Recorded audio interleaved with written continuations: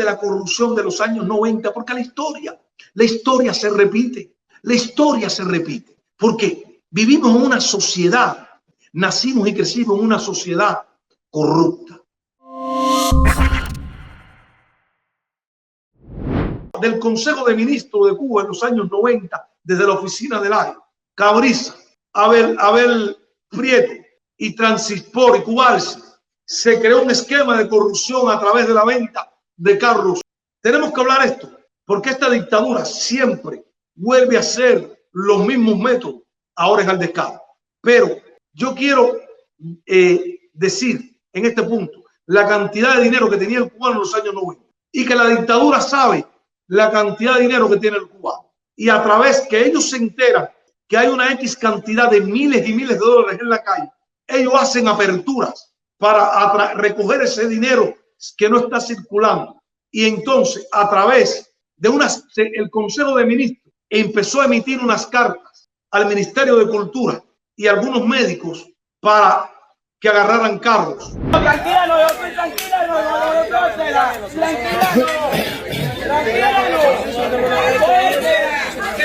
pero no tiene que decir, que si me hace la hora,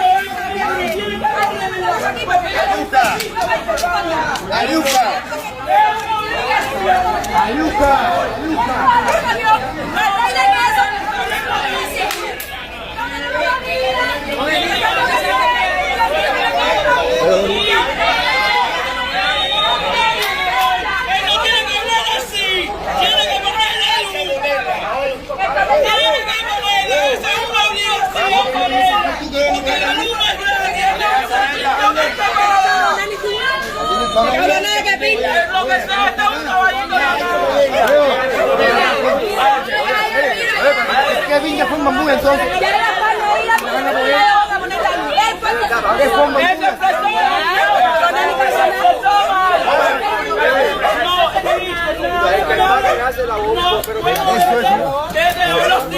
Yo hablo así. La luz es un servicio que se paga.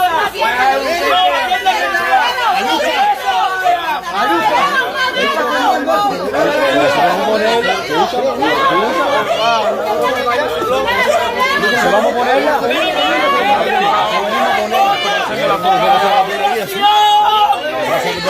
Pudieran comprar carros en dólares. Médicos que estaban en misión y tenían dinero, o artistas, y compraban carros. Ahora, ¿qué sucede? No todos los que querían comprar ese carro no eran ni profesionales ni artistas. Eran personas que hacían business en la bolsa negra, tenían dólares y ahora querían comprarse un carro.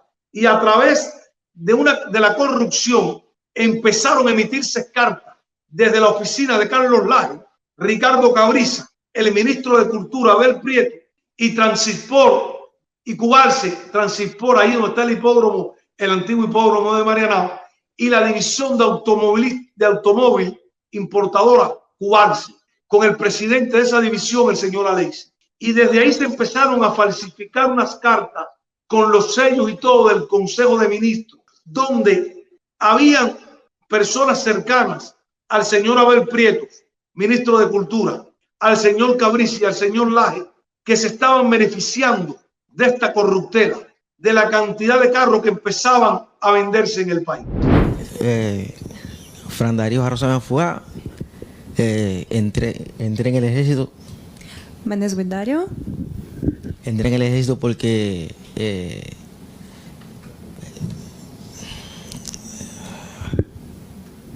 bueno, entré en el ejército ruso porque necesitaba dinero para ayudar a mi familia. Я став частиною російської армії, тому що мені потрібні були гроші для моєї сім'ї. Esa fue la causa. Це була причина.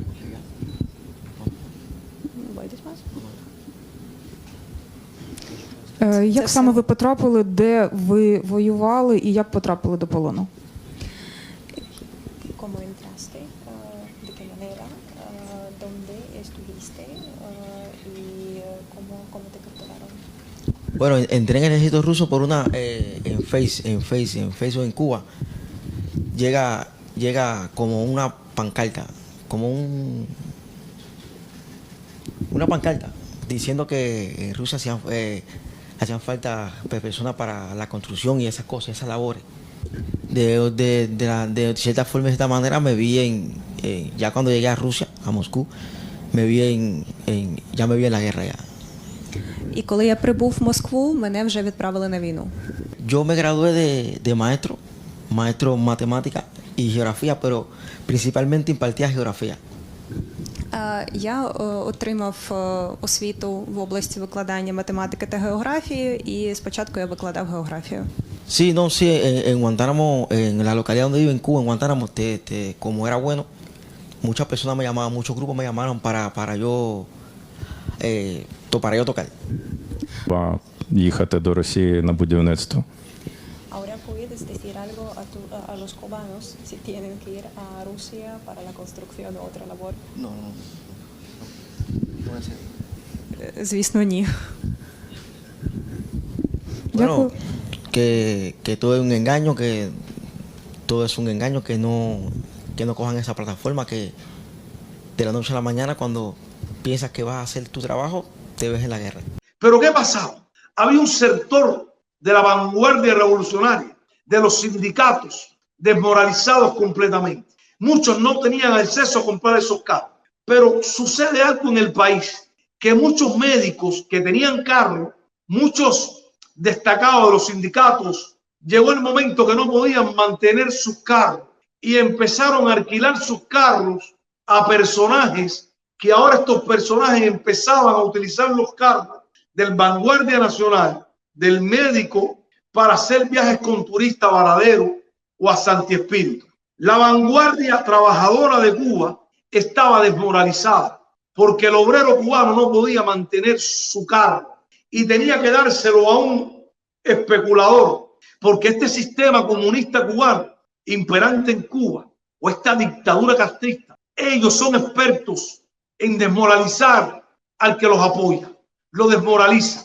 Entonces, cuando empiezan las cartas, a emitirse las cartas del Consejo de Ministros a una élite de cubanos que poseían dólares y de familiares de Estados Unidos que mandaban dólares a Cuba para que su pariente se comprara carro, empezó a proliferar en La Habana una élite que no tenía nada que ver con los vanguardias o con lo que defendían la revolución. Todas estas cosas empezaron a suceder y la empezaron a ver mucha gente, y esto empezaba a desmoralizar a la sociedad cubana.